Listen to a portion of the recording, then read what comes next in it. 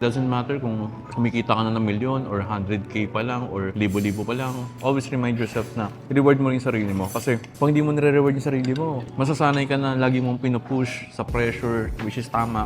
Pero baka nakalimutan mo na rin maging grateful sa mga maliliit na bagay. Gusto mo ngayon kumita ka ng 100K. Gusto mo 500,000 na. Gusto mo 1,000,000 na. Tapos na naka 1,000,000 ka na, gusto mo 5M na. Hanggang 50M, hanggang 100M. Kailangan in touch ka pa rin sa reality. Ano ba talaga yung reality? Kailangan mo ba maging billionaire? So bakit kailangan mo maging billionaire? To prove something? Yun ba ang meaning ng buhay? Maging billionaire tayo lahat? Di ba nag-umpisa tayo sa trading kasi gusto natin magkaroon ng option?